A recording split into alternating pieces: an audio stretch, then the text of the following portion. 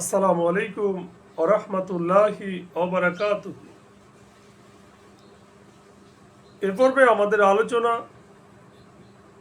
সূরা আহজাবের ৮ম রুকুর দ্বিতীয় পর্ব। আলহামদুলিল্লাহ ওয়াসসালাতু ওয়াসসালাম আলা রাসূলিল্লাহ ওয়া আলা আলিহি ওয়া সাহবিহি আজমাইন, আম্মা বাদ। আউযু বিল্লাহি মিনাশ শাইতানির রাজীম। বিসমিল্লাহির রহমানির রহিম। রব্বিশ ইশরাহ লি সাদরি ওয়া ইয়াসসির লি আমরি ওয়াহলুল উকদাতাম মিন লিসানি ইয়াফকাহু কাওলি। আয়াত ৫৯। এরশাদ হচ্ছে, আল্লাহ তাআলা বলেন, ইয়া আইয়ুহান নাবিয়্যু কুল লি আজওয়াজিকা ওয়া বানাতিকা ওয়া নিসাইল মুমিনিনা ইউদনিনা আলাইহিন্না মিন জালালিবিহিন্না। যার অর্থ, হে নবী, আল্লাহ তাআলা তার নবীকে উদ্দেশ্য করে অনেকগুলো আয়াতে ইয়া আইয়ুহার রাসূল, হে রাসূল আমার, ইয়া আইয়ুহান নবী, হে নবী, যে আপনি আপনার স্ত্রীদেরকে, কন্যাদেরকে ও মুমিন নারীদেরকে বলে দিন তারা যেন তাদের ওড়না কি করে হিজাবের কিছু অংশ নিজেদের উপর ঝুলিয়ে নেয়। কেন? তাদেরকে চেনার ব্যাপারে এটাই সবচেয়ে কাছাকাছি পন্থা হবে, ফলে তাদেরকে কষ্ট দেওয়া হবে না। আর আল্লাহ তাআলা অত্যন্ত ক্ষমাশীল, পরম দয়ালু। তার মানে হচ্ছে এই আয়াতটা হচ্ছে একটা গ্রান্টি, বিশেষ করে টিচ, যেটা প্রচলিত সমাজের ইফটিজিং বলা হয়, যে নারীদেরকে উত্ত্যক্ত করা হয়। এই উত্ত্যক্ত থেকে, ইফটিজিং থেকে বাঁচার একমাত্র উপায় হচ্ছে তারা যেন তাদের ওড়না তাদের ঝুলিয়ে নেয়, অর্থাৎ পর্দা, মানে এটা তাদের যে চাদর বা হিজাব, এই জন্য এটাকে বলা হয় জিলবাবুন, যেটাকে এখানে বলা হয়েছে জালাবিবুন। এর অর্থ হচ্ছে এমন বড় চাদরকে বলা হয় যে চাদর দ্বারা পুরো শরীর ঢেকে যায়। এজন্য বলছে যে নিজের উপর চাদর টেনে নেয়, অর্থাৎ যার অর্থ যে তাদের চেহারার উপর এমনভাবে ঘোমটা নেওয়া যাতে চেহারার অধিকাংশ ঢেকে যায়, এবং চক্ষু নিচু করে চলাতে রাস্তাও দেখা যায়। মানে দুটোই করতে হবে, যে চেহারা ঢাকতে গিয়ে চক্ষু বন্ধ করবে এরকম না, পথও দেখবে কিন্তু চেহারাও ঢাকা থাকবে। তো সম্মানিত সুধী, আর টিস থেকে বাঁচার গ্রান্টি মূলত এটাই। আল্লাহ তাআলা আমাদের সঠিক বুঝ দান করুক। যদিও পাকিস্তান সহ বিভিন্ন দেশে, মুসলিম দেশগুলোতে যে বড় আকারে হিজাব পরে, বড় আকারে যে তারা বোরকা পরে, সেখানে পর্দা এভাবে মেনটেন আছে। তো এই ব্যাপারটা আল্লাহ তাআলা এই করছেন, ইরশাদ করছেন যে ইন্নাল্লাহা ওয়া ইন্না ইলাইহি রাজিউন। যাই হোক, এই আয়াতে যে আল্লাহ রাসূল সাল্লাল্লাহু আলাইহি ওয়াসাল্লামের স্ত্রী, কন্যা এবং সাধারণ মুমিন নারীদেরকে তাদের গৃহ থেকে বাইরে বের হওয়ার সময় পর্দার আদেশ দেওয়া হচ্ছে, যাতে পরিষ্কার বোঝা যাচ্ছে যে পর্দার আদেশ এটা আলেম ওলামারা যে বলে তাদের মন করা কথা না, এটা কোরআনে স্বয়ং আল্লাহ তাআলা বলে দিয়েছেন। আর দ্বিতীয় বিষয় হচ্ছে যে এটা হচ্ছে পর্দার হিকমত, পর্দার যৌক্তিকতা ও উপকারিতার বর্ণনা। আর এটা পায়ও, বিশেষ করে যারা পর্দা করে চলে সবাই তাদেরকে সম্মান করে, সালাম দেয়, শ্রদ্ধার সাথে দেখে। আর যারা পর্দার বাইরে থাকে এদের প্রতি শয়তান মানুষকে লালায়িত করে। আল্লাহ তাআলা আমাদের হেফাজত করুক।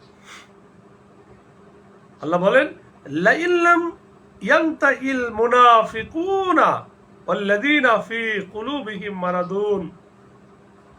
যদি মুনাফিকগণ এবং যাদের অন্তরে বেয়াদি রয়েছে তারা ও শহরে মিথ্যা সংবাদ প্রচারকারীরা যদি বিরত না হয়, আল্লাহ বলেন, তবে আমি অবশ্যই তাদের বিরুদ্ধে আপনাকে ক্ষমতাবান করে দেব। অতঃপর তারা সেখানে আপনার প্রতিবেশী হয়ে অল্প সময়ই থাকবে। তার মানে কি, এই আয়াতে মুসলিমদেরকে নিরুৎসাহ করার জন্য মুনাফিকরা বিভিন্ন গুজব রটনা করে যে অমুক এলাকায় মুসলমানরা পরাজিত হয়েছে বা বড় শত্রু দল তাদেরকে হামলা করেছে ইত্যাদি। এই গুজব রটনাকারীদেরকে আল্লাহ তাআলা সেদিন ধরবেন। এরপরে আয়াতে আল্লাহ বলেন, মালউনিনা আইনামা সুকিফু, অর্থাৎ তাদেরকে আল্লাহ তাআলা ধরবেন, সে মুনাফিকদেরকে, গুজব রটনাকারীদেরকে অভিশপ্ত অবস্থায় তাদেরকে যেখানেই পাওয়া যাবে পাকড়াও করা হবে এবং নির্মমভাবে হত্যা করা হবে। অর্থাৎ এটা এই আদেশ নয় যে তাদেরকে ধরে ধরে মেরে ফেলা হবে, বরং এটা বদদোয়া যে যদি তারা তাদের এই মুনাফিকি ও তাদের এই কার্যকলাপ থেকে বিরত না হয় তাহলে কি হবে, তাদের কঠিন শিক্ষামূলক পরিণতি হবে। আর এটা আল্লাহ তাআলা গ্যারান্টি দিয়ে বলেছেন। আল্লাহ বলেন, সুন্নাতাল্লাহি ফিল লাযিনা খালাউ মিন ক্বাবলু ওয়ালান তাজিদা লিসুন্নাতাল্লাহি তাবদীলা, যে ইতিপূর্বে যারা অতিবাহিত হয়ে গিয়েছে তাদের ক্ষেত্রে এটাই ছিল আল্লাহর রীতি। আল্লাহ বলেন, হে রাসূল, আপনি আল্লাহর রীতিতে কখনোই কোনো পরিবর্তন পাবেন না।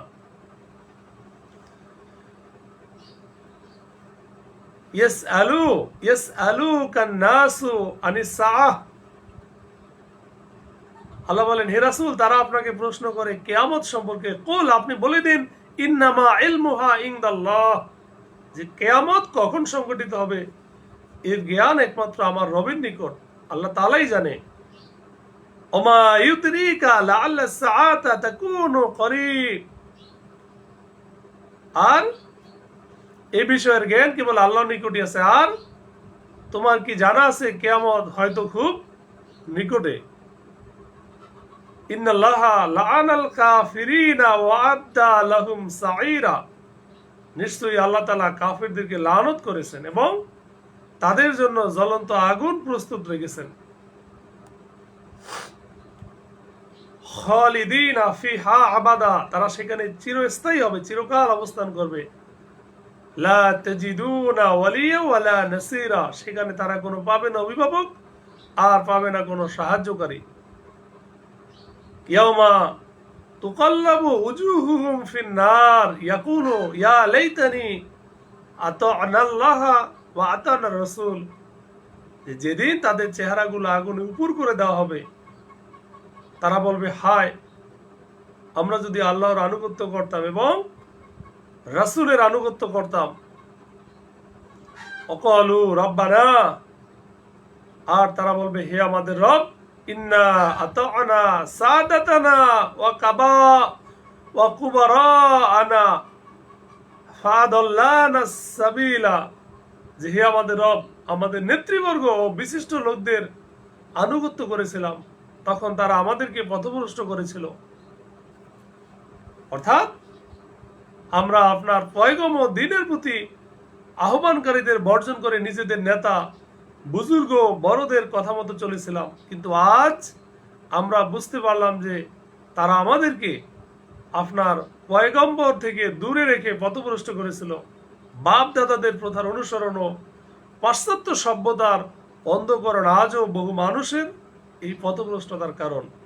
তারা আরো বলবে, রব্বানা, হে আমাদের রব, আতিহিম দিফাইনে মিনাল আযাবে, আমাদেরকে যে আযাব দেওয়া হবে তার দ্বিগুণ আযাব তাদেরকে দিন। ওয়াল আনহুম লাআনান কাবীরা, আর তাদেরকে বেশি বেশি করে লানত করুন। এই দোয়া সেদিন করবে। আল্লাহ তাআলা আমাদের হেফাজত করুক, আমিন। আসসালামু আলাইকুম ওয়া রাহমাতুল্লাহ।